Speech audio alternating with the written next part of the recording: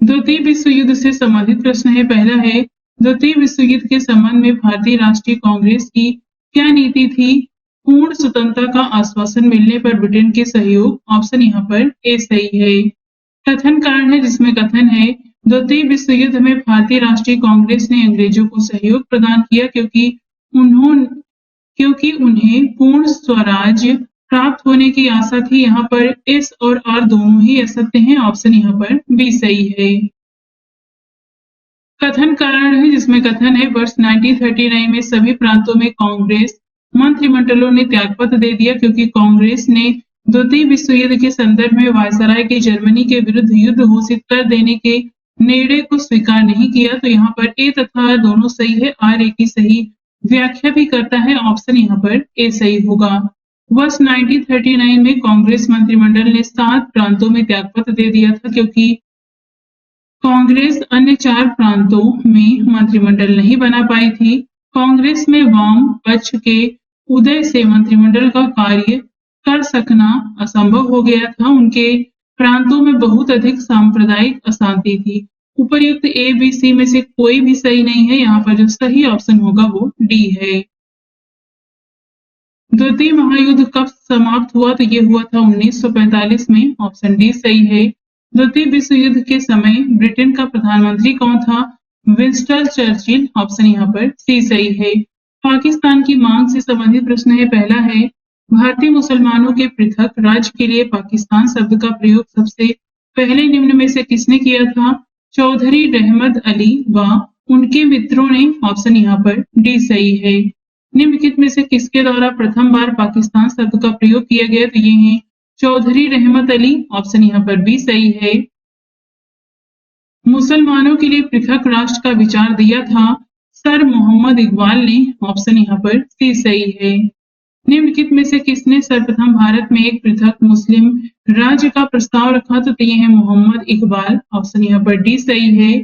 पाकिस्तान के अलग राज्य आंदोलन का नेतृत्व किसने किया था? मोहम्मद अली जिन्ना ने। ऑप्शन यहाँ पर डी सही है। निम्नलिखित में से किसने मोहम्मद अली जिन्ना को हिंदू मुस्लिम एकता का दूत कहा था? तो ये है सरोजनी नायडू। ऑप्शन यहाँ पर ए सही होगा। कथन है नेहरू एक राष्ट्रभक्त है जबकि जिन्ना एक राजनीतिज्ञ व्यक्त किया गया था सर मोहम्मद इकबाल के द्वारा। ऑप्शन यहाँ पर सी सही होगा। निम्नलिखित में से कौन एक कथन मोहम्मद अली जिन्ना के विषय में सही नहीं है? वे 2 राष्ट्र सिद्धांत के समर्थक थे। उन्होंने 1940 के मुस्लिम लीग के लाहौर के वार्षिक अधिवेशन की अध्यक्षता किया था।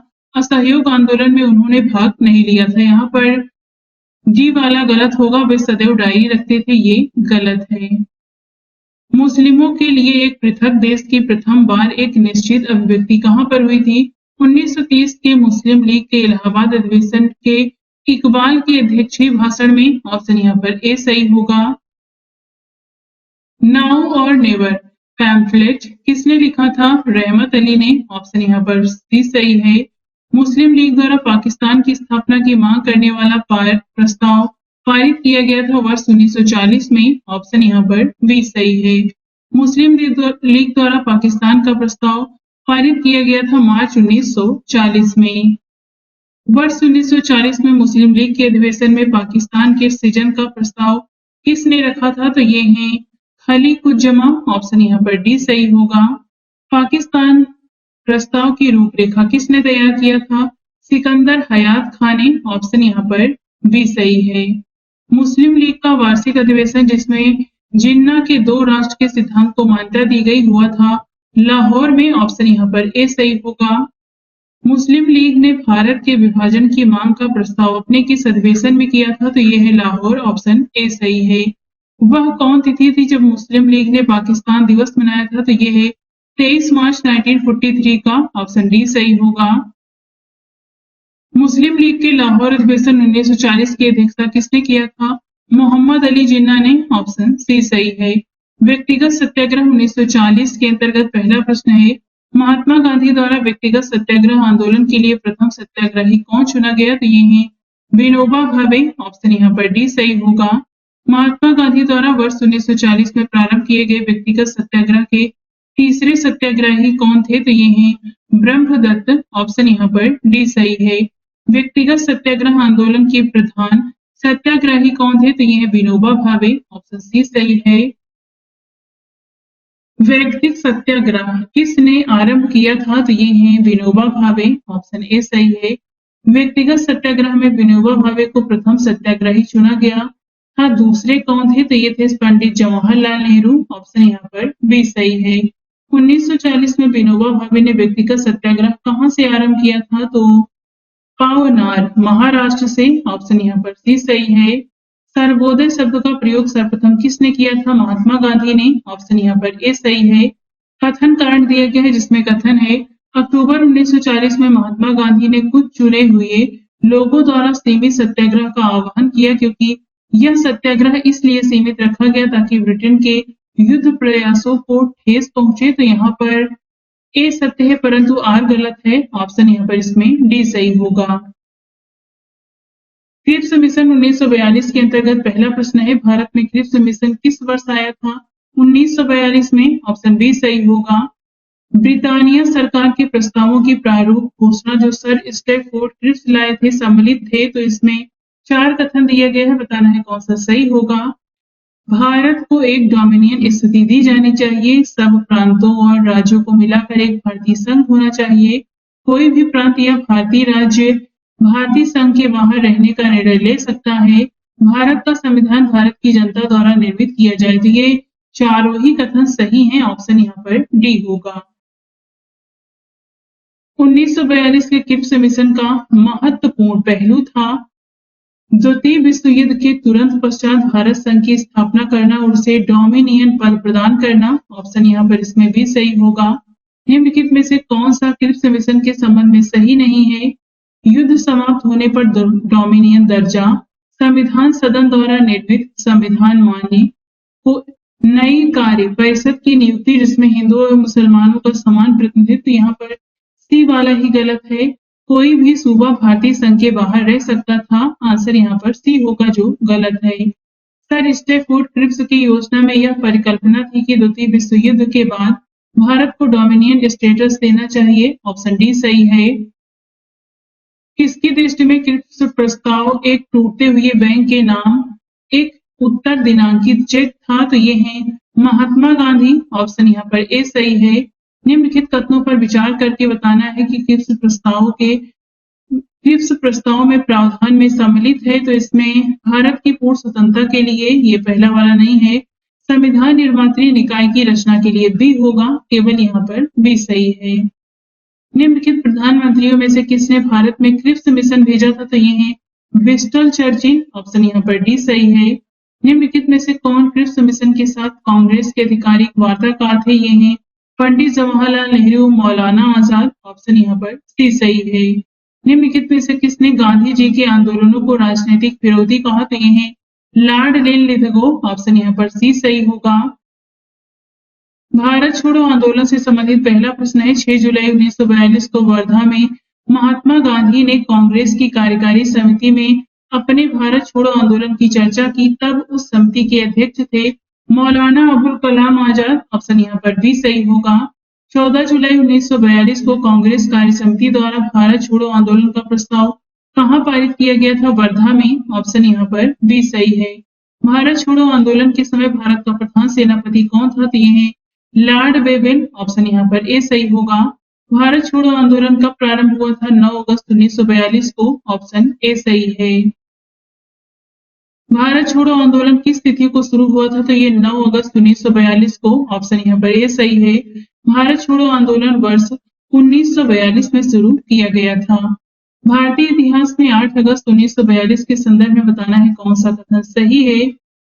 AICC द्वारा भारत छोड़ो प्रस्ताव अंगीकार किया गया, तो यहाँ पर पहला वाला ऑप्शन ही सही होगा। नेक्स्ट है भारत छोड़ो आंदोलन का प्रस्ताव बंबई के किस मैदान में पारित किया गया? ग्वालियर टैंक, ऑप्शन यहाँ पर डी सही है। वर्ष 1942 क्यों महत्वपूर्ण है भारत छोड़ो आंदोलन के लिए? ऑप्शन सी सही है। भारत छोड़ो आंदोलन कहाँ से शुरू किया गया था? बंबई से। 8 अगस्त 1942 में कांग्रेस ने भारत छोड़ो आंदोलन कहाँ प्रारंभ किया था? बंबई से। अंग्रेजों के विरुद्ध भारत छोड़ो आंदोलन की घोषणा किस वर्ष किया गया था? 1942 में। भारत छोड़ो आंदोलन प्रारंभ किया गया था अगस्त 1942 में निम्नलिखित कथनों पर विचार करके बताना है कौन सा कथन सही है।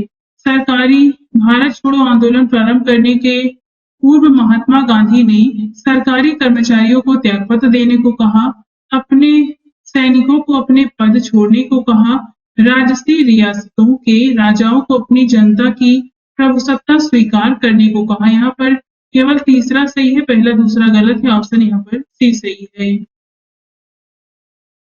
यह कथन हम भारत को या तो आजाद करेंगे या आजादी के प्रयास में दिवंगत होंगे किससे जुड़ा है? भारत छोड़ो आंदोलन। ऑप्शन डी सही होगा। करो या मरो का नारा किसने दिया था? महात्मा गांधी ने। ऑप्शन डी सही होगा। करो या मरो का संबंध किस आंदोलन से है? भारत छोड़ो। ऑप्शन यहाँ पर डी सही है। करो या मरो नारा निम्नलिखित आंदोलनों में से किसके साथ संबंधित है? तो यह है भारत छोड़ो आंदोलन। ऑप्शन यहाँ पर डी सही है। गांधी जी का करो या मरो का आह्वान नारा था भारत छोड़ो आंदोलन के दौरान। ऑप्शन यहाँ पर ए सही होगा। भारत छोड़ो आंदोलन किसकी प्रक्रिया में प्रारंभ किया गया? तो यह है क्रिप्स प्रस्ताव। ऑप्शन यहाँ पर बी सही होगा। बलदेव सहाय ने महाधिवक्ता के पद से त्यागपत्र कब दिया था? 1942 में। ऑप्शन यहाँ पर ए सही है। 1942 के भारत छोड़ो आंदोलन के संबंध में निम्नलिखित में से कौन सी टिप्पणी सत्य नहीं है? तो इसमें कोई भी एक ऑप्शन सही नहीं है। ये हम नीचे इसे डिटेल से देख लेते हैं। 1942 का भारत छोड़ो आंदोलन निश्चयता अहिंसक नहीं था। सरकारी आकलनों के अनुसार इस आंदोलन के पहले हफ्ते में ही 250 रेलवे स्टेशन या तो नष्ट कर दिए गए या क्षतिग्रस्त हुए और 500 से ज्यादा डाकघरों तथा 150 थानों पर हमला हुआ। सत्ता पक्ष से तो दमन के लिए भारी हिंसा भी हुई थी। महात्मा गांधी ने स्वयं 1942 में जनता द्वारा की गई हिंसा की निंदा करने से इनकार कर दिया था। उनका कहना था कि यह सत्ता की बड़ी हिंसा का जवाब था।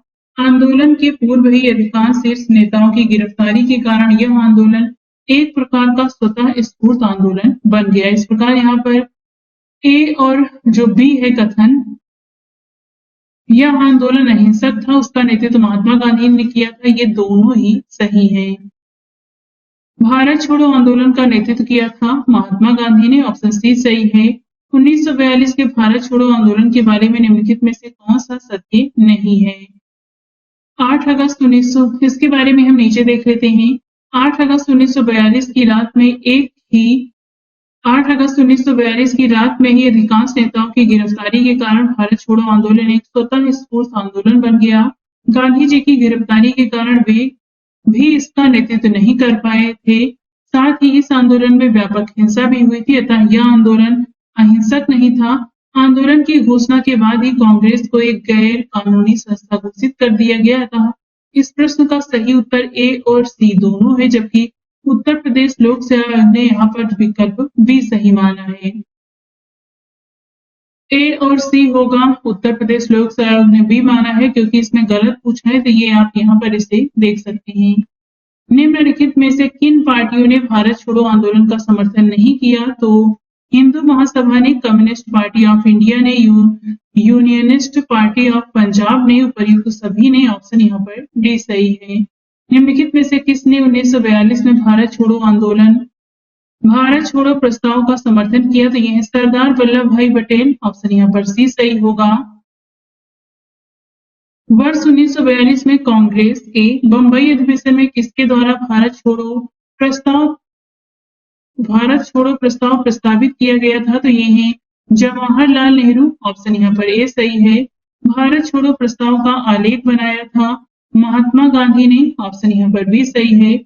भारत छोड़ो का नारा किसने दिया था? यूसुफ मेहर अली ने। ऑप्शन यहाँ पर सी सही होगा। जब भारतीय राष्ट्रीय कांग्रेस ने भारत छोड़ो आंदोलन प्रस्ताव पारित किया, कांग्रेस अध्यक्ष कौन था? यह है मौलाना अबुल कलाम आजाद। ऑप्शन बी सही होगा। निम्नलिखित में से कौन भारतीय राष्ट्रीय कांग्रेस का लगातार 6 वर्षों तक अध्यक्ष था? तो यह है अबुल कलाम आजाद। ऑप्शन सी सही होगा। सन 1942 में भारत छोड़ो आंदोलन में बिहार के नेताओं का महत्वपूर्ण योगदान रहा था। बिहार के कौन से प्रमुख नेता बिहार केसरी के नाम से जाने जाते थे और उन्होंने भारत छोड़ो आंदोलन में सक्रिय रूप से भाग लिया था? तो ये है श्री कृष्ण सिंह। ऑप्शन यहाँ पर भी सही है। भारत छोड़ो आंदोलन का फल था, तो यहाँ पे बताना है कौन सा सही होगा। क्रिप्स के प्रस्ताव से भारतीयों के नैराश्य का, भारत पर जापानी आक्रमण की धमकी का, गांधी जी के लेखनों में देशवासियों के को हिंसक साधन अपनाने के लिए भड़काने का, तो ये तीसरा वाला गलत है। एआईसीसी द्वारा अगस्त 1942 में एक प्रस्ताव पारित करने का, पहला, दूसरा, चौथा होगा ऑप्शन यहाँ पर बी सही है। भारत छोड़ो आंदोलन के समय निम्नलिखित में से किसने कांग्रेस रेडियो का प्रसारण किया था? ये है उषा मेहता, ऑप्शन सी सही होगा। भारत छोड़ो आंदोलन के दौरान खुफिया रेडियो किसने प्रारंभ किया था? उषा मेहता, ऑप्शन ए सही है। भारतीय स्वतंत्रता आंदोलन के संदर्भ में उषा मेहता की ख्याति भारत छोड़ो आंदोलन की बेला में गुप्त कांग्रेस रेडियो चलाने हेतु है, ऑप्शन यहाँ पर ए सही होगा। निम्न में से कौन कांग्रेस रेडियो पर भारत छोड़ो आंदोलन की अवधि में नियमित रूप से कार्यक्रम प्रसारित करता था? ये है राम मनोहर लोहिया, ऑप्शन सी सही होगा। भारत छोड़ो आंदोलन के दौरान बकरी का टापू में अखिल भारतीय आजाद दस्ता का गठन किया था, तो जयप्रकाश नारायण ने, ऑप्शन डी सही है। भारत छोड़ो आंदोलन के समय इंग्लैंड के प्रधानमंत्री थे, तो ये थे चर्चिल, ऑप्शन यहाँ पर बी सही है। अमेरिकी पत्रकार जो महात्मा गांधी के भारत छोड़ो आंदोलन के दौरान उनके साथ था, इनका नाम था लुई फिशर, ऑप्शन यहाँ पर ए सही है। महात्मा गांधी का जीवनीकार लुई फिशर था, तो ये एक अमेरिकी पत्रकार था, ऑप्शन ए सही है। महात्मा गांधी के जीवनीकार लुई फिशर संबद्ध थे भारत छोड़ो आंदोलन से, ऑप्शन डी सही है। निम्नलिखित पत्रकारों में से कौन महात्मा गांधी का जीवनीकार है? तो ये है लुई फिशर, ऑप्शन यहाँ पर ए सही है। भारत छोड़ो आंदोलन से उत्पन्न दंगे किस क्षेत्र में सबसे अधिक व्यापक रहे हैं? तो ये बिहार और संयुक्त प्रांत में, पहला और चौथा होगा, आंसर यहाँ पर डी सही है। कथन कारण दिया गया है, जिसमें कथन है लॉर्ड लिनलिथगो ने 1942 के अगस्त आंदोलन को सिपाही विद्रोह के बाद सर्वाधिक गंभीर विद्रोह कहा था। क्योंकि कुछ क्षेत्रों में किसान व्यापक जन आंदोलन में उठ खड़े हुए थे, तो यहाँ पर ए और आर दोनों सही है, आर ए की सही व्याख्या भी करता है, ऑप्शन इसमें ए सही होगा। डॉक्टर राजेंद्र प्रसाद को 9 अगस्त 1942 को गिरफ्तार करके भेजा गया था बांकीपुर जेल में, ऑप्शन यहाँ पर डी सही है। 7 दिसंबर 1942 को श्री योगेंद्र शुक्ल कहाँ लाए गए थे? तो ये पटना में, ऑप्शन यहाँ पर सी सही है। श्री जगत नारायण लाल की पत्नी कौन थी? तो ये है श्रीमती राम प्यारी, ऑप्शन यहाँ पर ए सही है। भारत छोड़ो आंदोलन के संदर्भ में महात्मा गांधी को कहाँ बंदी बनाया गया था? बंबई में, ऑप्शन यहाँ पर ए सही है। भारत छोड़ो प्रस्ताव पारित होने के बाद गांधी जी को कैद किया गया था आगा खां पैलेस में, ऑप्शन यहाँ पर डी सही है। महात्मा गांधी तथा उनके सहयोगियों की 1942 में हुई धरपकड़ से बिहार में बहुत दंगे हुए, इसमें रेल सेवा पूर्ण रूप से ठप हो गई, उसमें अधिकतम प्रभावी जिला था, तो यह है मुंगेर, ऑप्शन यहाँ पर ए सही होगा। जयप्रकाश नारायण को राष्ट्रीय स्तर के नेता की पहचान किस संदर्भ में मिली थी? भारत छोड़ो आंदोलन, ऑप्शन यहाँ पर ए सही है। वर्ष 1942 में किस त्योहार के अवसर पर जयप्रकाश नारायण हजारीबाग जेल से निकल भागे थे? तो ये है दीपावली, ऑप्शन यहाँ पर डी सही होगा। भारत छोड़ो आंदोलन के दौरान इनमें से कौन हजारीबाग जेल से फरार हुए थे? जयप्रकाश नारायण, ऑप्शन यहाँ पर बी सही है। निम्नलिखित नेताओं में से किसने भारत छोड़ो आंदोलन के दौरान जेल से फरार होकर भूमिगत गतिविधियों को संगठित किया? तो ये है जयप्रकाश नारायण। गंगाराम तथा खीमदेव नामक 2 भाई किस आंदोलन के दौरान शहीद हुए थे? ये है भारत छोड़ो आंदोलन, ऑप्शन यहाँ पर डी सही है। निम्नलिखित में से कौन महिला स्वतंत्रता सेनानी भारत छोड़ो आंदोलन से संबंधित नहीं है? तो इसमें संबंधित है मातंगिनी हाजरा, अरुणा आसफ अली, कनकलता बरुआ। जो संबंधित नहीं है ये है शांति घोष, ऑप्शन यहाँ पर डी सही होगा। कथन कारण है, जिसमें कथन है भारत छोड़ो आंदोलन से लोगों को जागृत करने और साहस दिलाने में सफलता मिली, क्योंकि करो या मरो का नारा लोगों के मन में प्रवेश कर गया। तो यहाँ पर ए और आर दोनों सही है, आर ए का सही स्पष्टीकरण भी करता है, ऑप्शन यहाँ पर ए सही है। कथन कारण है, जिसमें कथन है राष्ट्रीय स्वयंसेवक संघ 1942 के भारत छोड़ो आंदोलन से पृथक रहा, क्योंकि इसका विचार था कि इस आंदोलन से भारत की स्वतंत्रता में देर होगी। यहाँ पर ए सत्य है परंतु आर असत्य है, ऑप्शन यहाँ पर सी सही होगा। कथन काट दिया गया है जिसमें कथन है भारत छोड़ो आंदोलन के परिणाम स्वरूप अंग्रेज और मुसलमान कांग्रेस के प्रति समान घृणा के कारण एक दूसरे के नजदीक आ गए क्योंकि जिन्ना ने ब्रिटिश सरकार के पक्के सहयोगी की तरह कार्य किया और मुसलमानों को 1942 के कांग्रेस आंदोलन से दूर रहने के लिए कहा। तो यहाँ पर ए और आर दोनों सही है। आर ए का सही स्पष्टीकरण है। ऑप्शन यहाँ पर ए सही होगा। स्वतंत्रता संग्राम के दौरान अरुणा आसफ अली किस भूमिगत क्रियाकलाप की प्रमुख महिला संगठन थी? तो यह है भारत छोड़ो आंदोलन। ऑप्शन यहाँ पर सी सही होगा। निम्नलिखित किस आंदोलन के साथ अरुणा आसफ अली जुड़ी है? तो यह है भारत छोड़ो आंदोलन। ऑप्शन यहाँ पर डी सही है। निम्नलिखित में से किस आंदोलन के साथ अरुणा आसफ अली जुड़ी थी? तो यह है भारत छोड़ो आंदोलन। ऑप्शन डी सही है। नीचे कुछ स्थानों की सूची दी गई है, उनका नामोल्लेख है जहां भारत छोड़ो आंदोलन में समानांतर सरकारों की स्थापना की गई थी। तो ये बताना है। तो ये किया गया था बलिया में और सतारा में।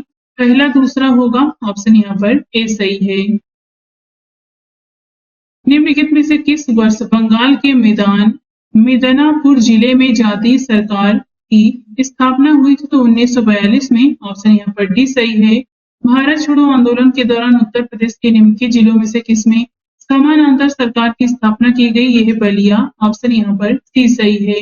निम्नलिखित में से उत्तर प्रदेश के किस एक जनपद में भारत छोड़ो आंदोलन के दौरान समानांतर सरकार की स्थापना की गई? बलिया में। ऑप्शन यहाँ पर सी सही है। भारत छोड़ो आंदोलन के दौरान कनकलता बरुआ नामक एक कन्या ने जनता का एक जुलूस निकाला और पुलिस की परवाह न करते हुए थाने में घुसने के प्रयास में गोली खाई। यह घटना किस स्थान की है? तो यह है गोहपुर की। ऑप्शन यहाँ पर डी सही है। कथन कारण है जिसमें कथन है भारत छोड़ो आंदोलन भारतीय राष्ट्रीय आंदोलन की पराकाष्ठा थी क्योंकि भारत छोड़ो आंदोलन के पश्चात शक्ति हस्तांतरण की प्रक्रिया की खोज समय का तकाजा थी। तो यहाँ पर ए और आर दोनों सही है। आर ए का सही व्याख्या भी करता है। ऑप्शन यहाँ पर ए सही होगा। भारत छोड़ो आंदोलन के उपरांत सी राजगोपालाचारी ने द वे आउट नामक पैम्फलेट जारी किया। निम्नलिखित में से कौन सा एक प्रस्ताव इस पैम्फलेट में था? तो यहाँ पर सही ऑप्शन डी होगा, संवैधानिक गतिरोध का हल। नेक्स्ट है ऑपरेशन रूबिकॉन। वह कूट शब्द था जिसे भारत में ब्रिटिश सरकार द्वारा निम्नलिखित में से किस संदर्भ में प्रयोग में लाया जाना था? तो ये जेल में गांधी का आमरण अनशन। ऑप्शन यहाँ पर ए सही है। सुभाष चंद्र बोस और आजाद हिंद फौज से संबंधित पहला प्रश्न है। नेताजी सुभाष चंद्र बोस का जन्म जिस नगर में हुआ वह है कटक। ऑप्शन यहाँ पर ए सही है। वर्ष 1939 में कांग्रेस को छोड़ने के पश्चात सुभाष चंद्र बोस ने किस दल की स्थापना किया था? Forward block. ऑप्शन डी सही होगा। सुभाष चंद्र बोस ने फॉरवर्ड ब्लॉक की स्थापना किस वर्ष किया था? वर्ष 1939 में। फॉरवर्ड ब्लॉक की स्थापना किसने किया था? सुभाष चंद्र बोस ने। सुभाष चंद्र बोस के नाम के पहले सम्मान सूचक नेता जी किस देश में जोड़ा गया? जर्मनी में। ऑप्शन सी सही है। फॉरवर्ड ब्लॉक किसके द्वारा स्थापित किया गया था? सुभाष चंद्र बोस के द्वारा। INA मानसिक पुत्र था तो ये ज्ञानी प्रीतम सिंह का और मेजर आई वॉची फूजीवारा का पहला और चौथा होगा। ऑप्शन यहाँ पर डी सही है। INA किसके दिमाग की उपज थी और किसने इसकी स्थापना किया था? मोहन सिंह ने। ऑप्शन बी सही है। आजाद हिंद फौज का विचार किसने सुझाया था? मोहन सिंह ने। भारतीय राष्ट्रीय सेना INA की स्थापना किस वर्ष हुई थी? 1942 में। ऑप्शन सी सही होगा। आजाद हिंद फौज का प्रथम सेनापति था तो यह है मोहन सिंह। ऑप्शन यहाँ पर ए सही है।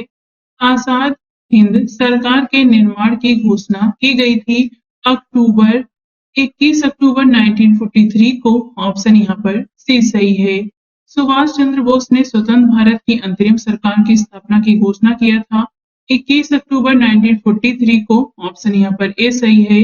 वर्ष 1943 में आजाद हिंद फौज अस्तित्व में आई थी तत्कालीन मलय में। ऑप्शन यहाँ पर डी सही है। किस भारतीय क्रांतिकारी ने सुभाष चंद्र बोस को इंडियन नेशनल आर्मी के गठन में सक्रिय सहयोग दिया तो ये है रास बिहारी बोस। ऑप्शन यहाँ पर बी सही है। निम्नलिखित में से कौन सा व्यक्ति आजाद हिंद फौज से नहीं जुड़ा था? मेजर जनरल शाहनवाज खान थे, कर्नल प्रेम कुमार सहगल थे, कर्नल शौकत अली मलिक थे, मेजर करतार सिंह थे। ऑप्शन यहाँ पर डी सही है। आजाद हिंद फौज का प्रधान कार्यालय कहाँ स्थित था? तो ये है रंगून में। ऑप्शन यहाँ पर बी सही है। निम्नलिखित में से कौन आजाद हिंद फौज आईएनए से जुड़े हुए नहीं थे? रशीद अली थे, पी के सहगल थे, शाहनवाज थे, बीसी दत्त नहीं थे। आंसर यहाँ पर डी होगा। किसने कहा था कि तुम मुझे खून दो मैं तुम्हें आजादी दूंगा? सुभाष चंद्र बोस ने। अखिल भारतीय फॉरवर्ड ब्लॉक की स्थापना के लिए सुभाष चंद्र बोस से कौन जुड़े और आईएनए आंदोलन के साथ भी जुड़े रहे? तो ये है शीलभद्र याजी। ऑप्शन यहाँ पर सी सही होगा। भारतीय स्वातंत्र्य संघर्ष के दौरान निम्नलिखित में से किसने द फ्री इंडियन लीजन नामक सेना बनाई? तो ये है सुभाष चंद्र बोस। ऑप्शन यहाँ पर सी सही होगा। इनमें से किसने रानी लक्ष्मीबाई रेजिमेंट की स्थापना किया था? सुभाष चंद्र बोस ने। ऑप्शन डी सही है। नेताजी सुभाष चंद्र बोस द्वारा आजाद हिंद फौज के हिस्से के रूप में गठित महिला रेजिमेंट का क्या नाम था? रानी लक्ष्मीबाई झांसी रानी रेजिडेंट। ऑप्शन यहाँ पर बी सही होगा। निम्नलिखित में से किस एक ने सुभाष चंद्र बोस को देश नायक कहा था? तो ये है रविन्द्रनाथ टैगोर। ऑप्शन यहाँ पर सी सही है। जय हिंद का नारा दिया था तो ये दिया था सुभाष चंद्र बोस ने। ऑप्शन यहाँ पर बी सही है। सुभाष चंद्र बोस ने निकोबार द्वीप को नया नाम दिया था स्वराज द्वीप। ऑप्शन यहाँ पर ए सही है। आजाद हिंद फौज किस तिथि को मनाया गया था? तो ये 12 नवंबर 1945 को। ऑप्शन यहाँ पर ए सही होगा। आजाद हिंद फौज के किस सैनिक को 7 वर्ष के कारावास का दंड दिया गया? तो ये है राशिद अली। ऑप्शन यहाँ पर सी सही होगा। निम्नलिखित में से आजाद हिंद फौज के किस अधिकारी ने लाल किले पर चलाए गए मुकदमे का सामना नहीं किया? तो ये है मोहन सिंह। ऑप्शन यहाँ पर सी सही है। निम्नलिखित में से किसने 1945 में आजाद हिंद फौज की ओर से लाल किले के मुकदमे में पैरवी कर रहे वकीलों की अध्यक्षता किया था? ये है भूला भाई देसाई। ऑप्शन यहाँ पर ए सही होगा।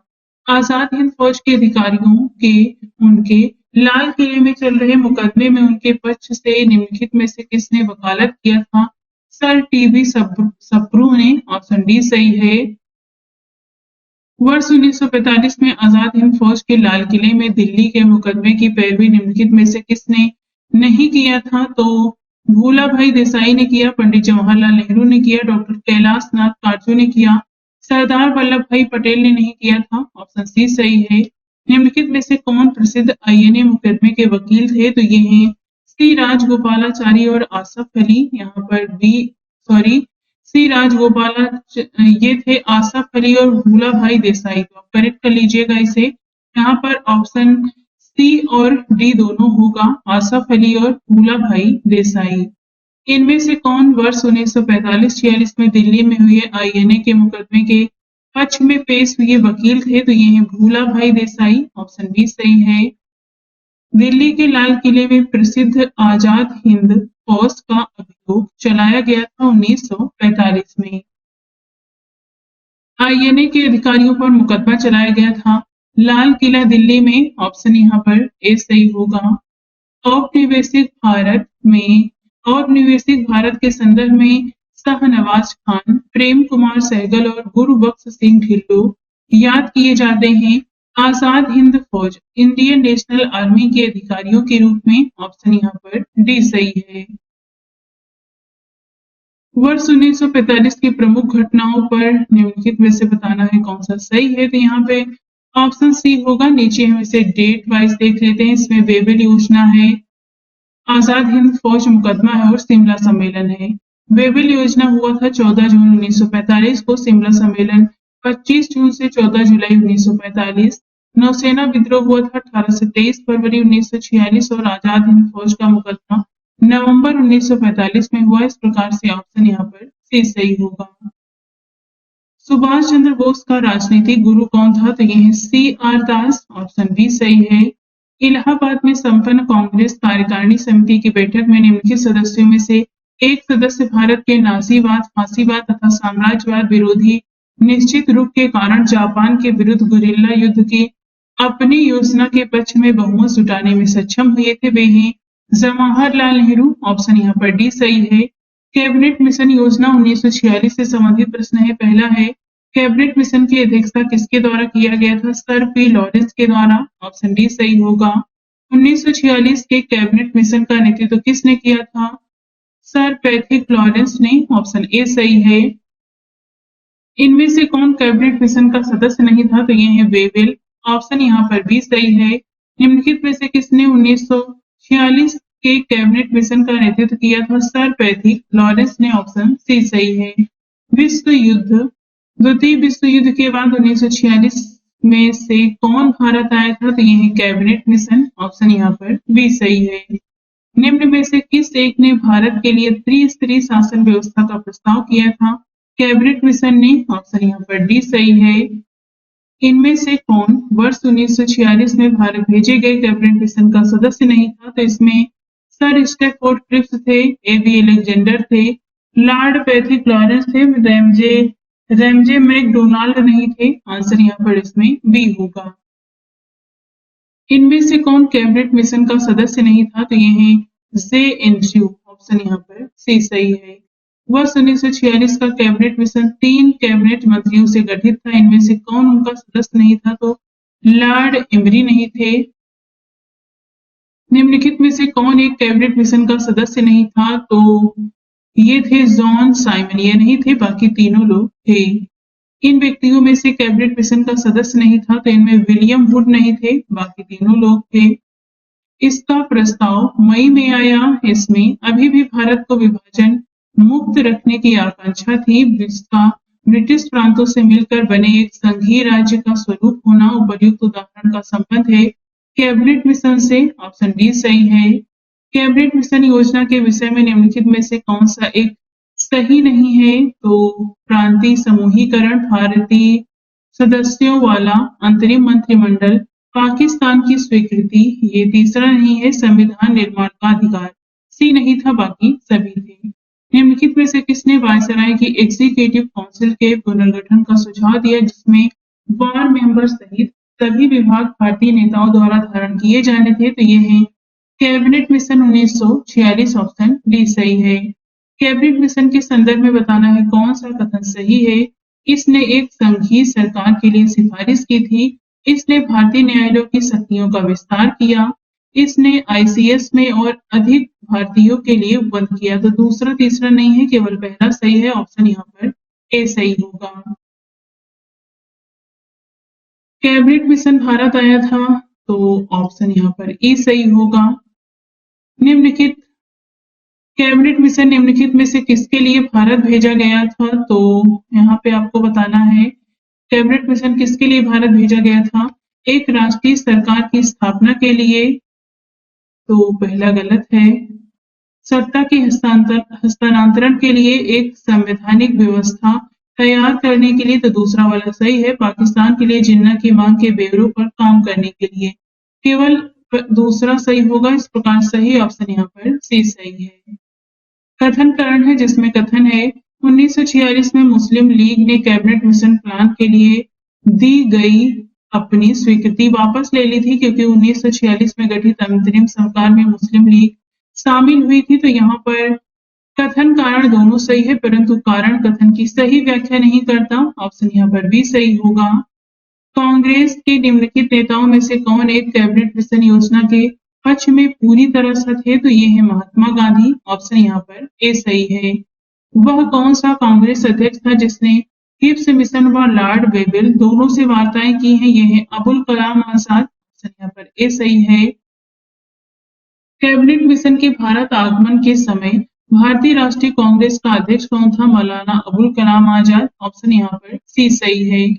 संविधान सभा 1946 से संबंधित पहला प्रश्न है, स्वतंत्र भारत के लिए संविधान की रचना हेतु संविधान सभा का विचार निम्नलिखित में से सर्वप्रथम प्रस्तुत किया था कांग्रेस पार्टी ने 1936 में। ऑप्शन यहाँ पर भी सही है।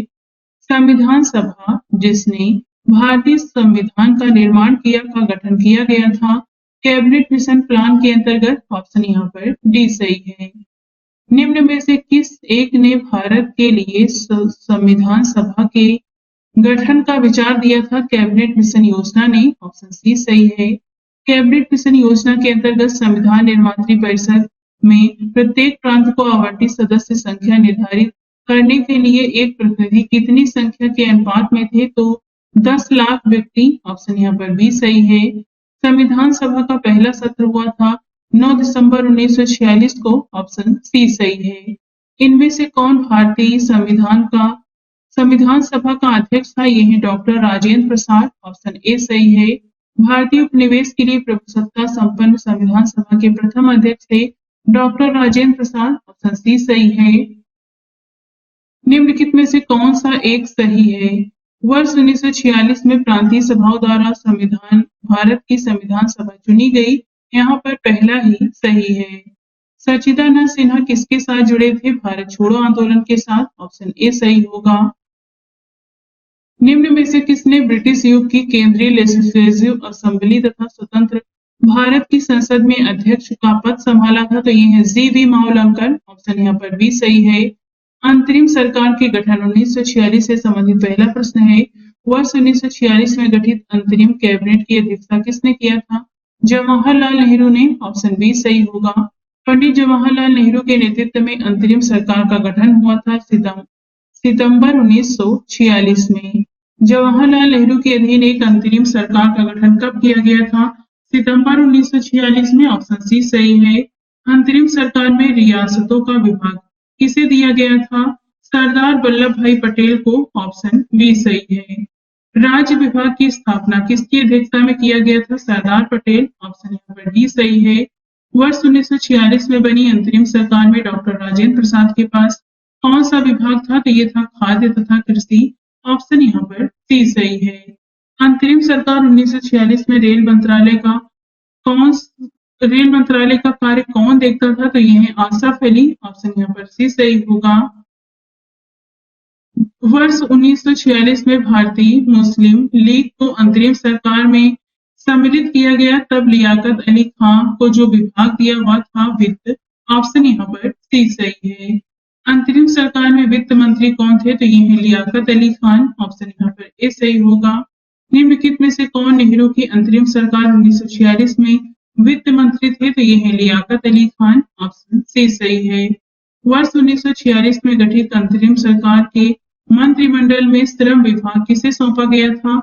जगजीवन राम को। ऑप्शन यहाँ पर ए सही होगा। निम्नलिखित में से कौन अंतरिम सरकार का सदस्य नहीं था? तो इसमें जवाहरलाल नेहरू थे, अली जहीर थे, बलदेव सिंह थे, बी.आर. अम्बेडकर नहीं थे। ऑप्शन यहाँ पर डी सही होगा। निम्नलिखित में से कौन सितंबर 2, 1946 को गठित अंतरिम सरकार में मंत्री नहीं थे? तो इसमें लियाकत अली खान और अबुल कलाम आजाद नहीं थे। जवाहरलाल नेहरू और डॉक्टर राजेंद्र प्रसाद थे। बी और सी दोनों आंसर होगा। बाकी आप यहाँ इसे डिटेल से देख सकते हैं। 1946 के चुनाव के पश्चात मुस्लिम लीग ने किस प्रांत में अपनी सरकार बनाई थी? बंगाल में। ऑप्शन ए सही है। निम्नलिखित में से कौन सी तिथि मुस्लिम लीग ने सीधी कार्रवाई दिवस हेतु सुनिश्चित की थी? तो यह है 16 अगस्त 1946। ऑप्शन यहाँ पर डी सही होगा। भारत के विभाजन एवं स्वतंत्रता से संबंधित पहला प्रश्न है। जब भारत को स्वतंत्रता प्राप्त हुई थी, यूके में निम्नलिखित में से किस एक पार्टी की सत्ता थी? तो ये है लेबर पार्टी। ऑप्शन यहाँ पर भी सही है। भारत के स्वतंत्र होते समय इंग्लैंड का प्रधानमंत्री कौन था? क्लीवेंट एटली। ऑप्शन यहाँ पर भी सही है। ब्रिटिश सरकार ने जून 1948 तक भारत छोड़ने की घोषणा की थी, फरवरी 1947 में। ऑप्शन बी सही है। लॉर्ड माउंटबेटन वायसराय के रूप में भारत आए थे, यथासंभव भारत को संयुक्त रखने की विशेष हिदायत के साथ। ऑप्शन यहाँ पर भी सही होगा। 20 फरवरी 1947 को प्रधानमंत्री एटली ने भारत से ब्रिटिश शासन को कब तक वापस लेने की घोषणा किया था? जून 1948। ऑप्शन यहाँ पर ए सही होगा। कौन सी योजना भारतीय स्वतंत्रता का आधार बनी थी? तो यह है माउंटबेटन योजना। ऑप्शन सी सही है। माउंटबेटन योजना आधार बनी थी, तो ये सत्ता के हस्तांतरण की और देश के विभाजन की बनी थी। बी और सी दोनों आंसर होगा। भारतीय स्वतंत्रता अधिनियम the Indian independence act British संसद द्वारा पारित किया गया था जुलाई 1947 में। ऑप्शन यहाँ पर बी सही है। भारतीय स्वतंत्रता अधिनियम 1947 से प्रभावी हुआ था, तो ये 18 जुलाई 1947 को। ऑप्शन सी सही है। भारतीयों को वर्ष 1947 में सार्वभौम सत्ता सौंपने की योजना निम्न में से किस नाम से जानी गई? तो ये माउंटबेटन योजना। ऑप्शन सी सही है। भारत के विभाजन से संबंधित माउंटबेटन योजना की सरकारी तौर पर घोषणा कब हुई थी? 3 जून 1947 को। ऑप्शन डी सही है। कथन कारण है जिसमें कथन है अंग्रेजों ने भारत को 1947 में स्वतंत्रता प्रदान कर दी थी क्योंकि अंग्रेज द्वितीय विश्व युद्ध में निर्बल हो चुके थे। यहाँ पर ए तथा आर दोनों सही है। एयर ए की सही व्याख्या भी करता है। ऑप्शन यहाँ पर इसमें ए सही होगा। कथन कारण है जिसमें कथन है स्वतंत्र भारत में ब्रिटेन की प्रभुता बनी रही क्योंकि स्वतंत्र भारत के गवर्नर जनरल की नियुक्ति ब्रिटेन के प्रभुता संपन्न शासक ने किया था। यहाँ पर ए गलत है परंतु आर सही है। ऑप्शन यहाँ पर डी सही होगा। भारतीय स्वाधीनता विधेयक को राजकीय स्वीकृति प्राप्त हुई थी 18 जुलाई 1947 को। ऑप्शन ए सही है। भारत के विभाजन का बाल्कन प्लान उपज था, तो ये लॉर्ड माउंटबेटन के मस्तिष्क का था। ऑप्शन सी सही होगा। वर्ष 1947 में भारतीय राष्ट्रीय कांग्रेस देश के विभाजन के लिए मुख्य रूप से इसलिए सहमत हुई क्योंकि वे बड़े पैमाने पर संभावित सांप्रदायिक दंगों को बचाना चाहते थे। ऑप्शन यहाँ पर सी सही है। कथन कारण है जिसमें कथन है भारतीय राष्ट्रीय कांग्रेस ने माउंटबेटन योजना को स्वीकार किया क्योंकि वह द्विराष्ट्र सिद्धांत को मानती थी। यहाँ पर ए सही है परंतु आर गलत है। ऑप्शन यहाँ पर सी सही होगा। भारत के विभाजन के विकल्प के रूप में गांधी जी ने माउंटबेटन को सुझाया था कि वे जिन्ना को सरकार बनाने के लिए आमंत्रित करें। ऑप्शन यहाँ पर भी सही होगा। रेड क्लिफ समिति किस लिए नियुक्त की गई थी? भारत और पाकिस्तान के बीच सीमाओं को निर्धारित करने के लिए। ऑप्शन यहाँ पर सी सही है। भारत विभाजन के संदर्भ में 1947 में नियुक्त सीमा आयोग की अध्यक्षता किसने किया था? रेड क्लिफ ने। ऑप्शन यहाँ पर भी सही है। इनमें से किसने 1947 में भारत और पाकिस्तान के बीच अंतर्राष्ट्रीय सीमाएं खींचने के लिए स्थापित की गई 2 सीमा आयोगों का नेतृत्व किया? तो ये है सिरिल रेडक्लिफ। ऑप्शन यहाँ पर ए सही है। भारत के विभाजन को टालने का अंतिम अवसर समाप्त हो गया था कैबिनेट मिशन को अस्वीकार करने के साथ ही। ऑप्शन यहाँ पर सी सही है। 14 जून 1947 को कांग्रेस के दिल्ली अधिवेशन में भारत के विभाजन का प्रस्ताव स्वीकृत हुआ। इस अधिवेशन के अध्यक्ष थे आचार्य जे.बी. कृपलानी। ऑप्शन यहाँ पर सी सही है। वर्ष 1947 के भारतीय राष्ट्रीय कांग्रेस के दिल्ली अधिवेशन की अध्यक्षता किसने किया था? जे.बी. कृपलानी ने। ऑप्शन ए सही है। नई दिल्ली में वर्ष 1947 में आयोजित अखिल भारतीय कांग्रेस समिति की बैठक में निम्नलिखित में से किसने विभाजन के प्रस्ताव का समर्थन किया था? यह है अबुल कलाम आजाद। ऑप्शन यहाँ पर डी सही है।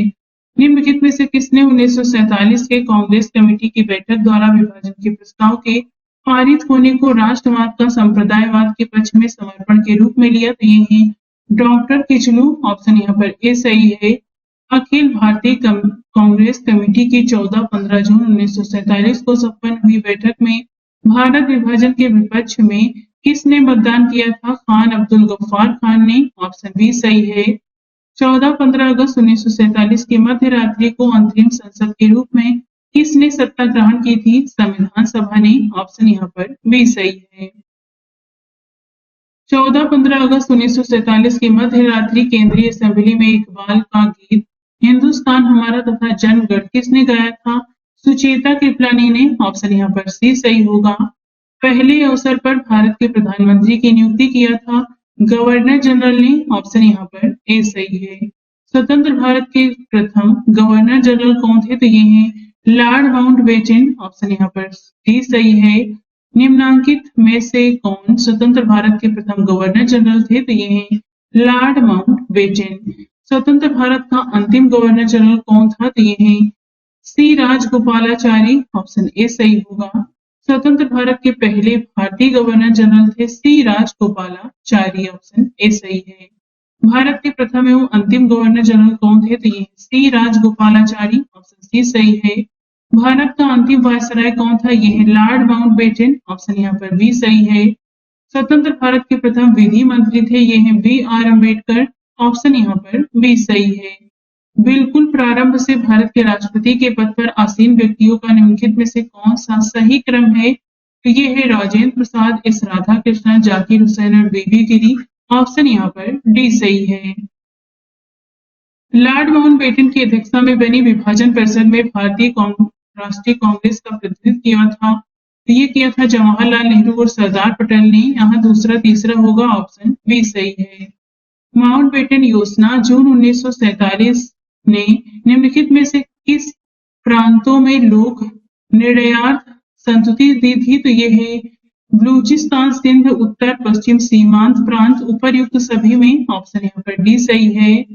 भारत के विभाजन के समय भारतीय राष्ट्रीय कांग्रेस के अध्यक्ष थे जे बी कृपलानी। ऑप्शन यहाँ पर बी सही है।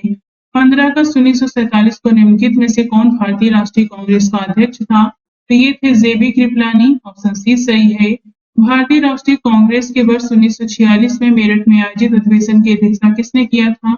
जे बी कृपलानी ने। ऑप्शन ए सही होगा।